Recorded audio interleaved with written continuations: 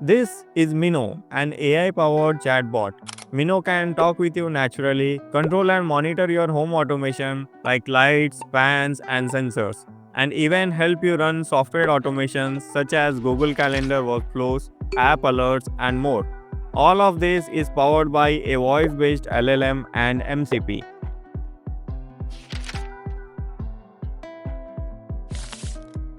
Hi, Wally. Hi, Mukesh. Good morning. Ready to kick off the day? Can you take a photo and solve the math problem? I see the math problem in the photo. Times 544 divided by 342. The final answer is approximately 1147.44. Can you turn on the office light? Office lights are on now. What's the weather in my office? Office conditions. 31.2 degrees Celsius. 36.6% humidity. Moderate air quality. Great for focus. Your extended meeting titled Project Meeting has been successfully scheduled for 11 a.m. to 1:30 p.m. today. To build this project, we are using DFRobot's ESP32-S3 AI Cam board. This board comes packed with everything we need right on the board: a wide-angle camera, microphone, speaker, programmable button, and an indicator LED. For power, we are using an IP5306 based Type-C BMS module paired with a LiPo battery and a mini switch. I designed a custom 3D enclosure in Autodesk Fusion 360 that neatly houses all the components, giving the project a polished product-like finish. After that, I 3D printed the parts: the main housing, the top cover, and the wake button extension.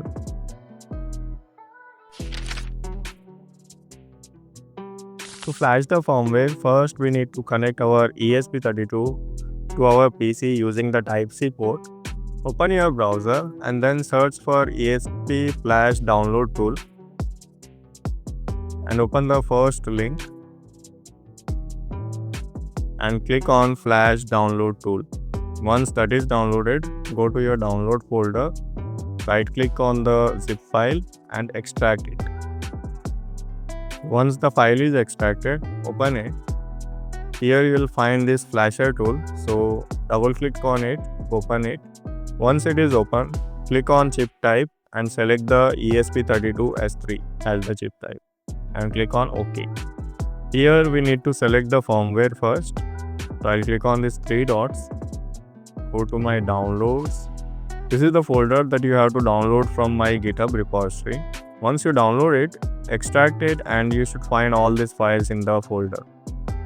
And here we need to select Xiaoqi version 1.9.4 and I will double click to select it. Here put the address as 0x00. This is the address where our bin file will be flashed in our ESP32. And then click on this check mark. Since we are already connected to our ESP32, you should find the port number for your ESP32. So mine is COM16. If you don't know how to find the COM port for your ESP32, you can go to Device Manager, and in the Device Manager's ports, you should see something like this. Okay, so this is how you come to know where your ESP32 is connected. So I have selected the COM port, and rest of the settings leave them same. And I'll first click on Erase. So once it says finish, your erase is complete. Now I'll click on Start.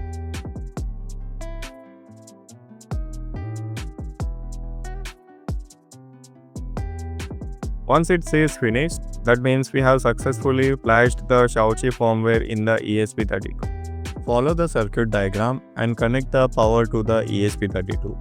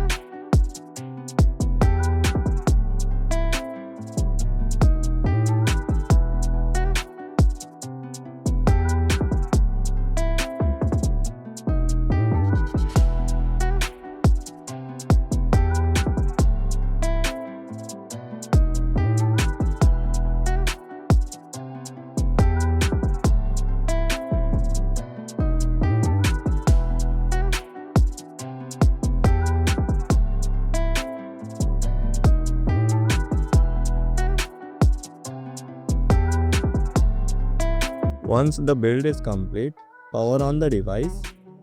Enter the Wi-Fi configuration mode. Then open your Wi-Fi app in your mobile. There you will find a hotspot named Xiaoqi. Connect to it. Open your browser in the phone. Type a IP 192.168.1.4 and here you can select your home Wi-Fi with your password and hit connect. Please log into the control panel to add the device. Enter the verification code 8291116. To bind our device to the Xiaoqi, first we need to go to xiaoqi.me. So this is the website. Once you visit this website, you have to create your account and log in into it and then go to console. And here you need to click on add device. 8291116. Whatever the code that this one speaks, you have to enter that and click on confirm and click on start using. And that's it. You have added your Xiaoqi device to your Xiaoqi profile. From this panel, we can control all the parameters of our AI toy. So first we'll go to configure role. Here first I'll delete this description. I'll name this as AI toy. I'll change the language to English. From here we can pick from any of the voice. I'll go with the default one. And here you can give it a role to act as something, to act as teacher or something else. Okay, so you can figure it out over here. And on the bottom, I'll select my language model as DeepSeek. And I will click on save. And now for the quick test, if I say, "Hi Wally." Hi there. It's great to meet you. How can I help you today? What's your name? My name is Wally. Nice to meet you. What's your name? Okay, so since we have not defined the name in the role, it's not recognizing that. Since I called it as Wally, it's recognizing its name as Wally. Okay, so I'll put it on standby. MCP, Model Context Protocol. An AI can write a poem, but can it turn on your lights? No, not reliably. AI is smart and flexible, but at its core, it works on probability and prediction. It's always guessing the next best answer.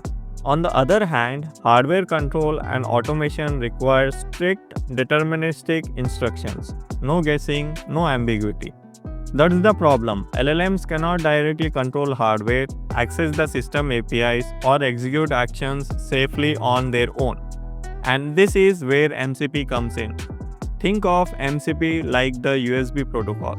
Because of USB, you can connect any peripheral, keyboard, mouse, camera to any system using a common standard, regardless of brand or internal design. Similarly, MCP is like USB for LLMs. It provides a standardized protocol that allows an LLM to safely and predictably interact with system and automations. At the high level, we have AI, the LLM running on cloud. MCP sits in between LLM and the system. In our case, system is ESP32.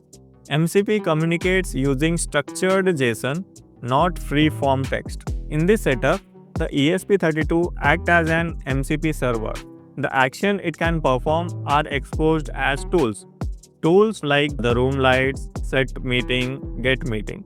Each MCP tool has a clear structure: the title, description, input schema, execution, and response. For example, tool title, room light, description, control LED connected to ESP32. So this description provides context to LLM, saying that the LED is on ESP32. Schema here is the state. State is either on or off. There is no other option like dimming the light, setting the RGB values like blue, red. There is no other option. It's a strict contract saying you have to put the state either on or off. So whenever the user say turn on room lights, LLM analyze that request, select the room light tool out of many defined tools in the MCP server, and it writes a JSON saying state on. Once this JSON is received by ESP32, it turns on the light by executing the function digital light high. And once the light is on, the MCP sends back a confirmation to the LLM. If the action is successful, MCP sends a confirmation. If it fails, it sends an error response. The LLM then responds to the user clearly, the light is turned on or there was an issue turning on the light. Why MCP matters? Without MCP, the LLM guesses API formats, behaves unpredictably, creates security and safety risk. With MCP, every action is predefined, every input is validated, execution is deterministic, secure and predictable. No confusion, no unsafe behavior, no random guessing. That's the power of Model Context Protocol.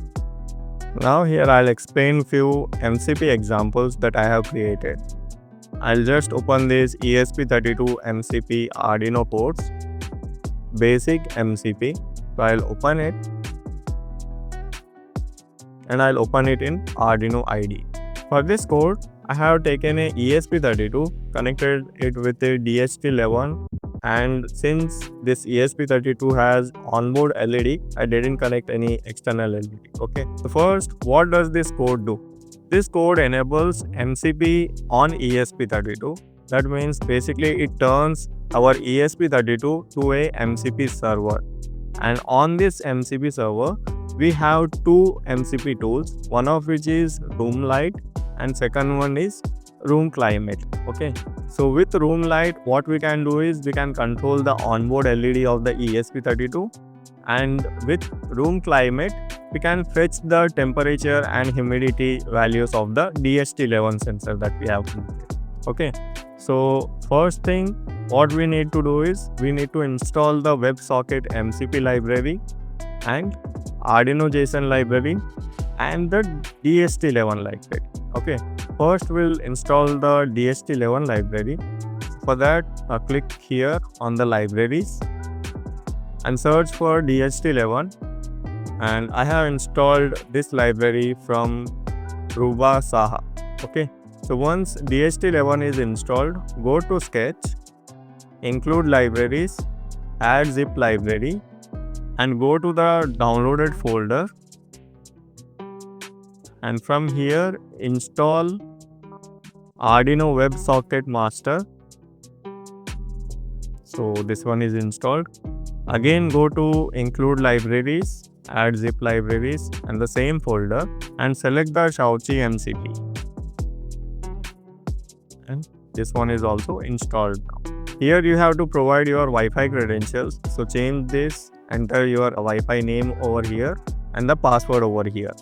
And then we need to change the MCP endpoint key. So go to Xiaoqi panel, go to configure role, scroll down to the bottom. Here click on MCP settings, get the MCP endpoint and copy this key, paste it over here. Then here we have defined the LED pin, which is the onboard LED connected at pin number 21. Then we have connected the DHT11 sensor to pin 3.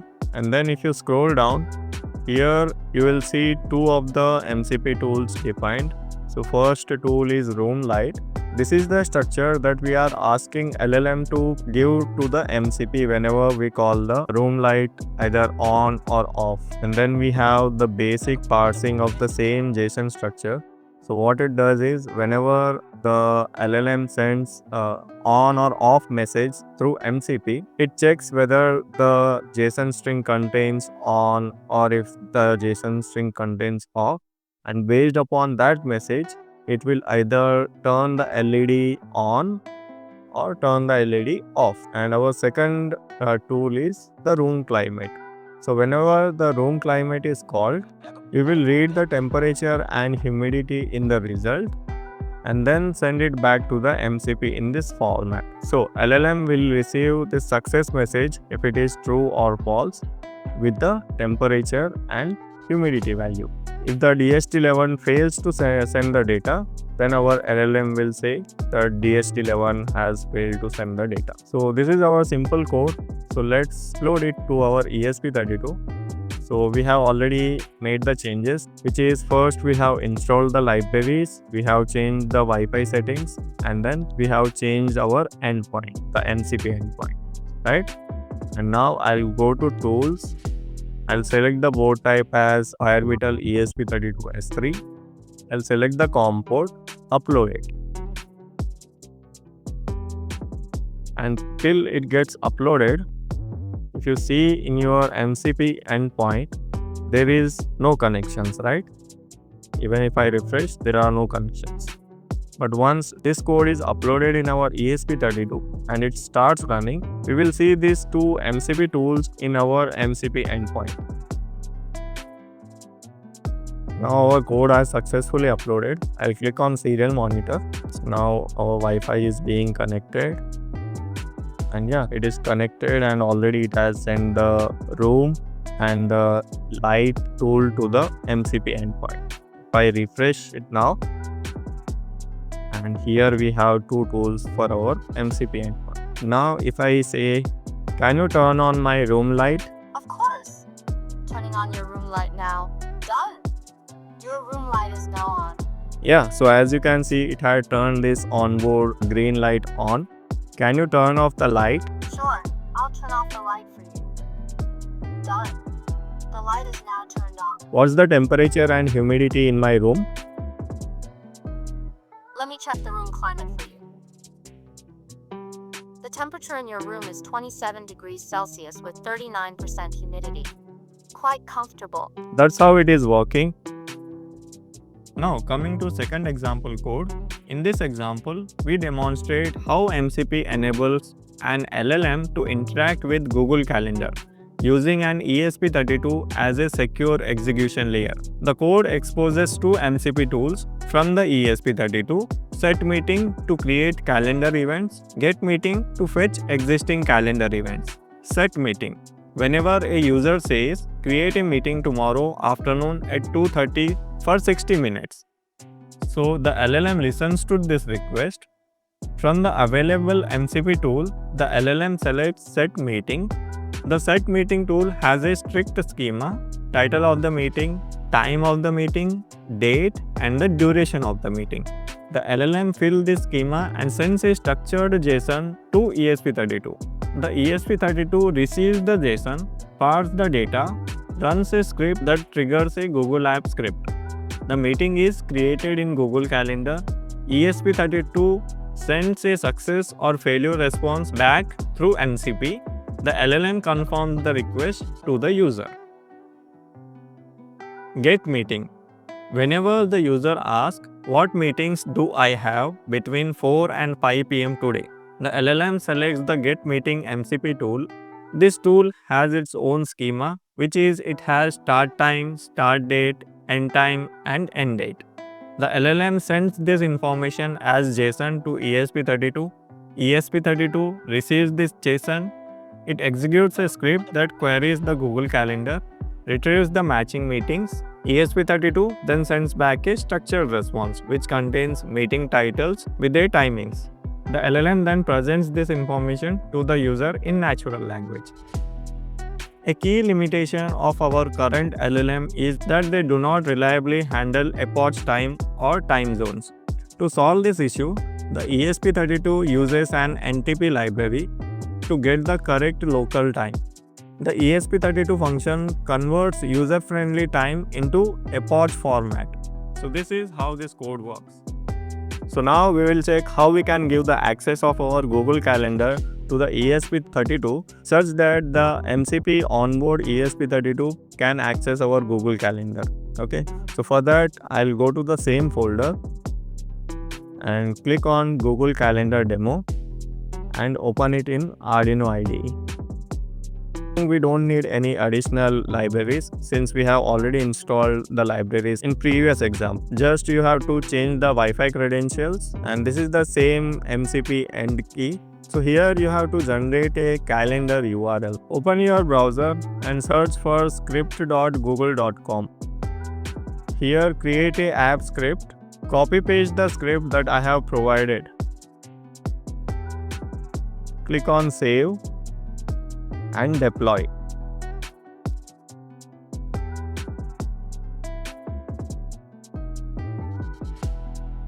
Select as web app. Here give the description and let the execute be as same, that is me, and who has access, click on anyone and deploy it. So you have to give the authorized access to this script, and this is the URL that you have to copy and paste your script URL over here. Next, you can also change your timestamp over here. So here, since I am in India, I have set my time zone over here, which is like 5:30 IST. Now go to tools, boards, and search for DFRobot Firebeetle ESP32-S3. Then select the port and upload the code. So now our code is uploaded. As you can see, our ESP32 has started. It connected to the Wi-Fi and it has sent the structure of get calendar and set calendar. As you can see, here we have two tools called set meeting and get meeting. Now for the demonstration, set the calendar today at 2:35 p.m. where I have a 33 minutes meeting with DFRobot. Calendar event created successfully. I've scheduled your 33-minute meeting with DFRobot for today at 2:35 p.m. So yeah, as you can see, it has created a 33-minute meeting, and the title is also same which I told it to create, right? Here I have added one more meeting, and now I will ask it to fetch the meetings of today's. Can you check today's calendar? You have 2 events scheduled for today. English test from 10:15 a.m. to 12:30 p.m. Meeting with DFRobot from 2:35 p.m. to 3:08 p.m. The full step-by-step guide is provided in the description below, where you can find the components list, 3D files, programming part, and everything that you need to build this project. If you like this project, make sure to hit that like button, share this with your friends, and also comment down below what is the next thing that you want me to build or explain in the next video.